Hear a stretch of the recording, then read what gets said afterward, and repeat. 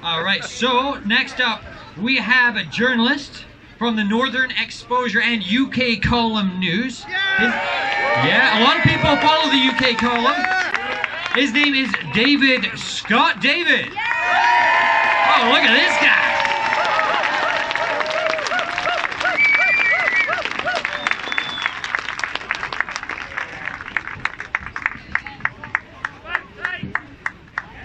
Hello everyone, can you hear me? I just want to say firstly how happy I am to be here and to see so many smiling faces. Unmasked faces.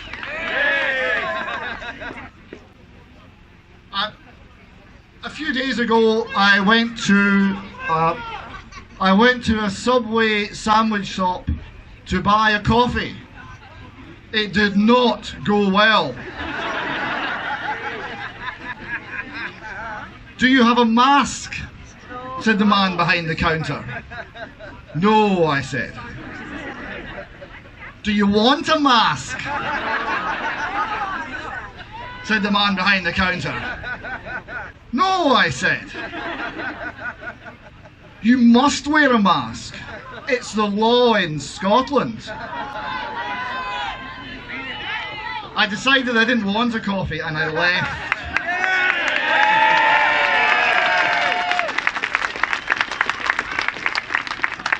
So what this man believed is that the law could force me to cover my face.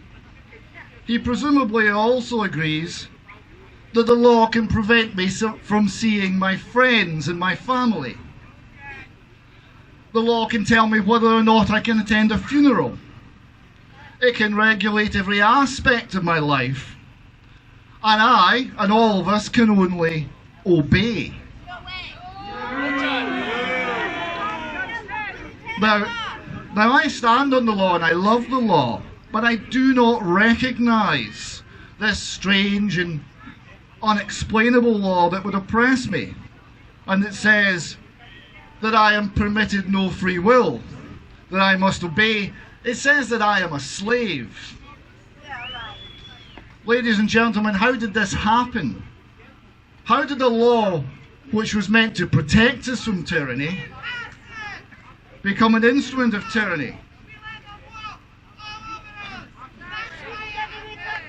This is the question I want to try and answer or talk to you about today.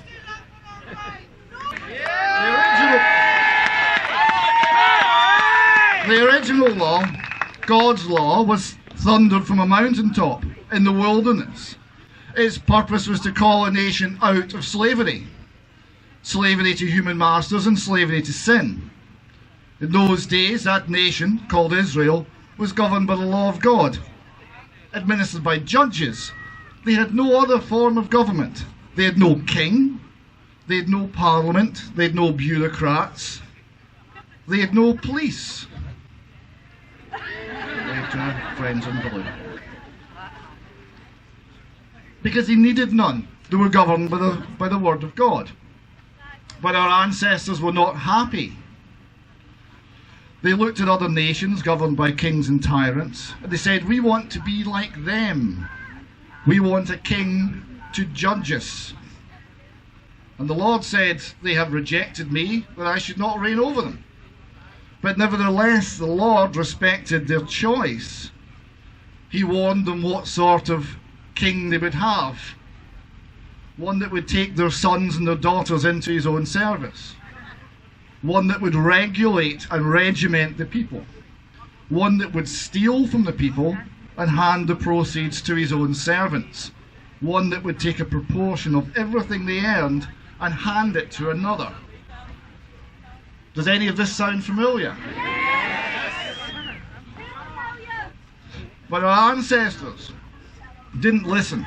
They said, "Nay, but we will have a king over us, that we may also be like all the nations, that our king may judge us and go out before us and fight our battles." You see, they rejected rule by God and by God's law, not because it made them free, but because they could not shoulder the responsibility that it places on every man and woman to make judgments and decisions and commitments to stand alone if necessary, for the truth and for justice. They rejected God's law because being ruled by man and being told what to do was easier. They did not want the law of God, a law that they would need to place in their hearts and to defend. Instead, they wanted a ruler to think for them and to fight their battles. They had been slaves, and slaves they still were in their hearts. Of course, we no longer have a king as our ancestors wanted. We have gone a stage further. We have got politicians. Our Queen Elizabeth sits on her throne but doesn't reign. She might hear and see the travails of the people, but she does not speak on our behalf. She keeps the throne in being, nothing else. She refuses to fight her battles. She will not lead. We have politicians now. Do you think that's better or worse? A king or queen is born into their position. They might turn out to be capable or incapable, dilettante or accomplished, harsh or gentle, merciful or vindictive. But a politician is selected, chosen from a vast range of wannabes based on their abilities. Their ability to lie convincingly and not get caught. Their willingness to steal from people and use the proceeds to buy loyalty from those they need. Their ability to prey on people's fears. Their skills in the manipulation of public opinion, and their ruthlessness with former friends who might stand in their way, not all of which are called salmon. To these people, selected from the worst to be the worst, we have handed over the power to rulers. And worse still, we call their pronouncements and statutes laws. They are not laws, they are the opposite of laws. They are rules for slaves. The law is for free men and women who want to live free and be free in their hearts.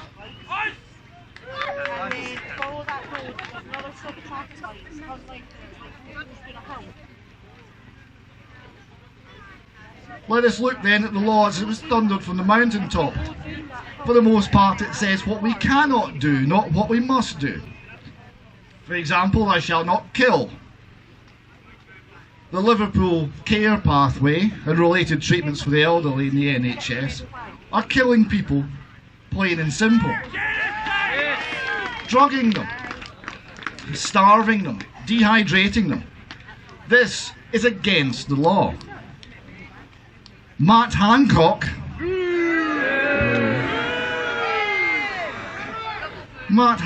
has announced that despite all the COVID travel restrictions, people are still free to travel abroad for assisted dying. This too is against the law. The law says thou shalt not steal. It doesn't say, except by majority vote. The only positive commandment it gives is to honour your father and your mother. Under COVID regulations, we are told that we cannot see our father or our mother, or that we must stand behind plexiglass screens and not hug or touch those who gave us life. Nearly 2,000 years ago, Christ was asked, what is the greatest of the commandments? His reply was that thou shalt love the Lord thy God with all thy heart and all thy soul and all thy mind. And he said, and the second is like unto it, that thou shalt love thy neighbour as thyself. Our politicians say we cannot love God with all our heart and mind, for that would be offensive to some. And we would be arrested under hate crime legislation. And we cannot love our neighbours, for they may have COVID and act outside our bubble. Our politicians take everything the law defines as righteous and make it illegal. And everything the law prohibits they make legal or even compulsory. They turn black into white and white into black. How do they do this? They use fear. The King James Version of the Bible, I was looking it up, there are 170 cases of mankind being instructed to fear not. This is no coincidence. It recognises the plain truth of the human condition. Two feelings of the human heart can be exploited to get us to commit evil acts: pride and fear. Our politicians know this, and they use both all of the time. If we remember to be neither filled with pride nor driven by fear, we become free.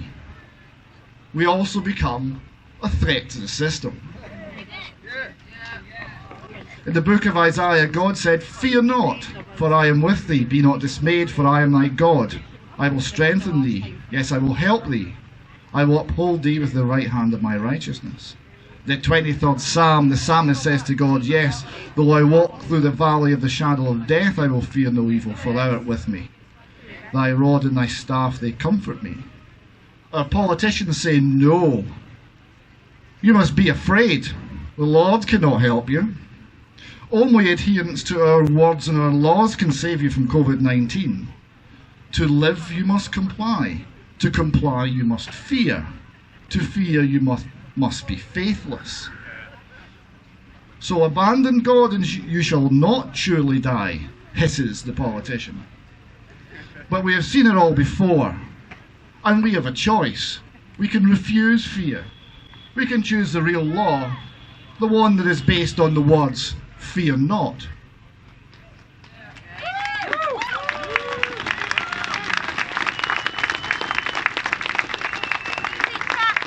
The English scholastic philosopher John Wycliffe translated the Bible into English so it could be understood by the common man and woman.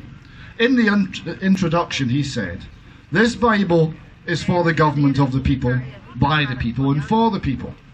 This was half a millennium before a blood-soaked American politician stole those words to justify an unnecessary war that had killed 750,000 Americans.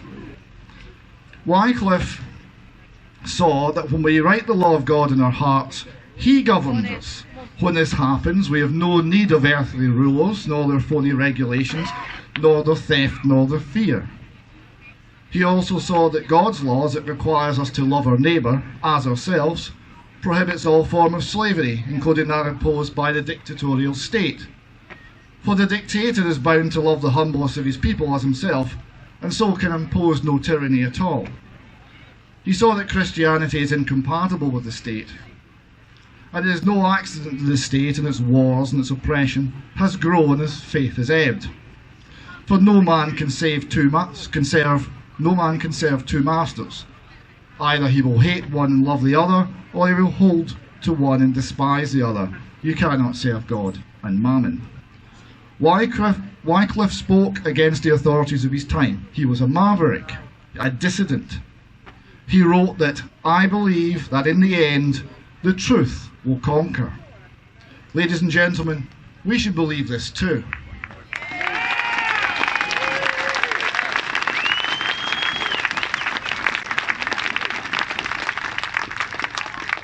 So what then is the core of our problem? We cannot serve two masters. We must address the question, who rules? Or rather, who writes the rules? Who is sovereign? Parliament has claimed sovereignty. Our Queen is called sovereign. The people as a whole claim sovereignty, and the individual man or woman can claim to be sovereign. All of these claims have some merit, but all lead to the place we stand today, as slaves under a tyrannical rule.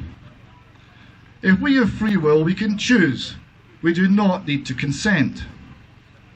We can turn to the Lord and say that He is sovereign. We can choose His law, a law of love and a law of freedom. Freedom from sin and from the oppression it generates. In doing so, we choose faith and hope and love, and we reject fear and pride.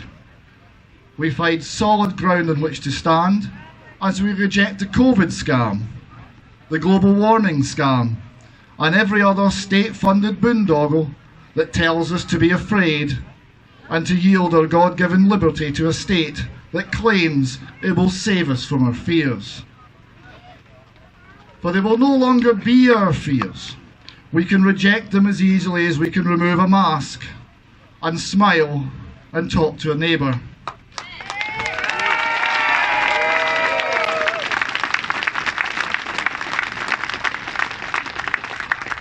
And ladies and gentlemen, every smile, every caring word, every day spent living without fear is a victory. Thank you very much.